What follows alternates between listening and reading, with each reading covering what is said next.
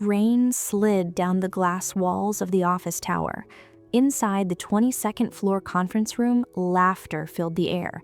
Not warm, the sharp kind that cuts. My boss Mark leaned back, spinning a pen. Let's be honest, she's good with spreadsheets, but leadership? The room chuckled. She barely speaks. Another coworker added, Aisha running a department? That'd be the quietest team meeting in history. More laughter.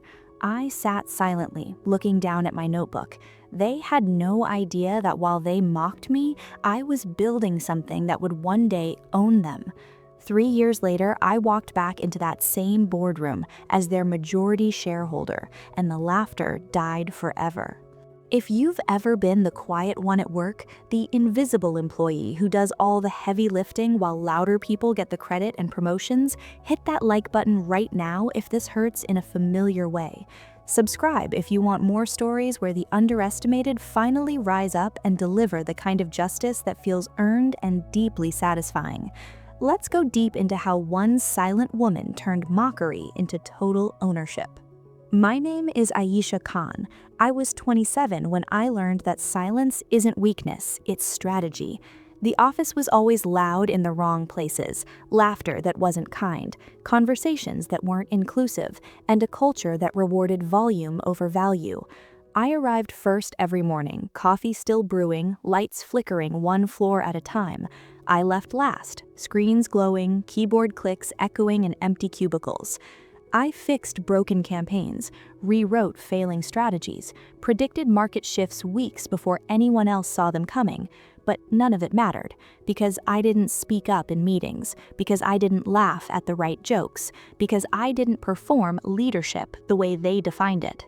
Mark Reynolds was the loudest voice in the room, mid-30s, expensive suits, always leaning back in his chair like he owned the place. He was the kind of manager who confused confidence with competence. He made decisions fast and wrong. And when they went wrong, he needed someone to blame. That someone was usually me. The turning point came on a rainy December afternoon. The office Christmas party was in full swing, tinsel hanging crookedly, cheap wine and plastic cups, forced laughter bouncing off gray walls, trying to look festive. Mark tapped his glass with a fork. The chatter died. He smiled that tight, artificial smile. I think it's important we address accountability before heading into the new year. My stomach dropped. Cold sweat prickled my neck. Unfortunately, some team members failed to meet expectations this quarter. His eyes locked on mine. Aisha, would you mind stepping forward? Every face turned. Heat crawled up my face, ears burning. I walked to the front, legs heavy, heart hammering. He didn't lower his voice. In business, performance matters, and when performance drops, consequences follow. He handed me a white envelope. Effective immediately, your position has been terminated. Gasps. Someone whispered, "Is this a joke?" It wasn't. He raised his glass. To higher standards in the new year. Awkward claps followed. I stood there, envelope heavy in my hand, humiliation washing over me like ice water.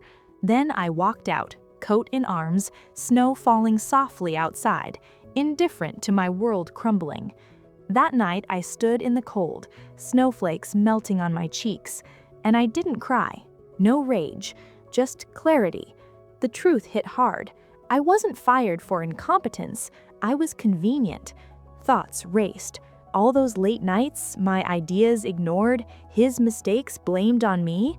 Powerlessness surged, the underestimation stinging like salt in wounds. I craved validation, justice for loyalty repaid with public shame. The first year was brutal. No job, savings draining, rejection emails stacking like unpaid bills. Mornings blurred into afternoons of applications, coffee bitter as defeat. But I had skill and memory, remembered every inefficient system inside the company, outdated digital strategies, overcharged vendors, weak market angles they were missing.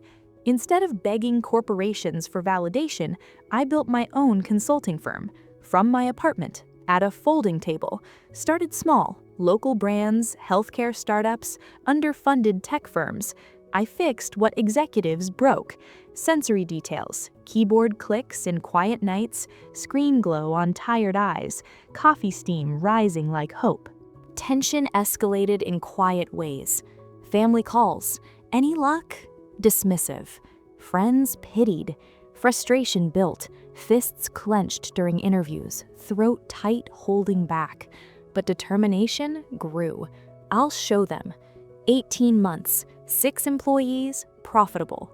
Year 2, bigger clients. Year 3, acquiring firms larger than my old company. My old company started collapsing. News of revenue drops, failed expansions. Mark promoted to COO. Accountability for the top? Non-existent. My CFO, they're seeking investors.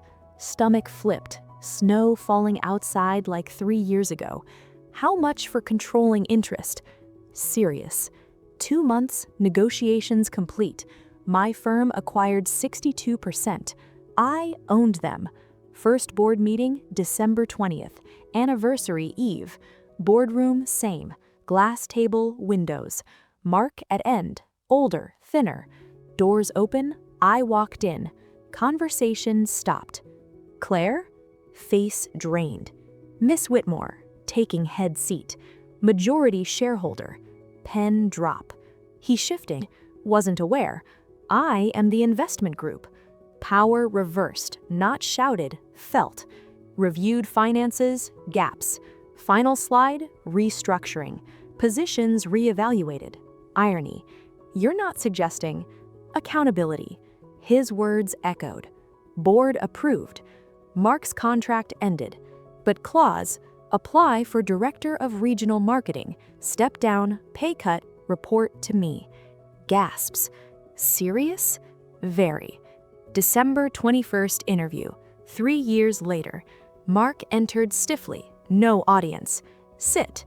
Reviewed resume. Why qualified? Hesitated. Made mistakes. Misjudged talent. Focused optics. I watched. No anger. Evaluation. Embarrassed me publicly. Nodded. No. Why? Needed scapegoat. Board pressure. Easier. Truth. Leadership isn't ease. Silence. Regret? Yes. Why? Lost smarter talent. Not cruelty. Cost him. Stood. Window. Snow falling. Built company after you fired me. Turned. Humiliation shrinks or sharpens. Sharpened me. Sat. Position requires discipline, humility, results. Nodded. Deliver. Studied. Hired on probation. Report to me. Relief tightened. One more. Christmas party tomorrow. Speech. Stand front row. He applied. Needed job. Reputation damaged. I granted. Power in mercy. Christmas party. Decorations, music. Tapped glass. Quiet. 3 years ago, company mistake. Murmurs. Accountability about growth. Scanned. New chapter. Respect, transparency. Applause real. Mark front. Silent, listening, learning. Snow fell. 3 years full circle. Humiliation can break or build you. I chose build. Revenge isn't destruction, it's transformation. If you've been scapegoated, know your strength is in rising, not reacting. Karma? It's the echo of your own words coming back. If this gave you chills or that yes fist pump, smash like and comment. Ever humiliated at work? How'd you bounce back? We read all. Subscribe for more Reddit revenges where underdogs win big. Thanks, see you next.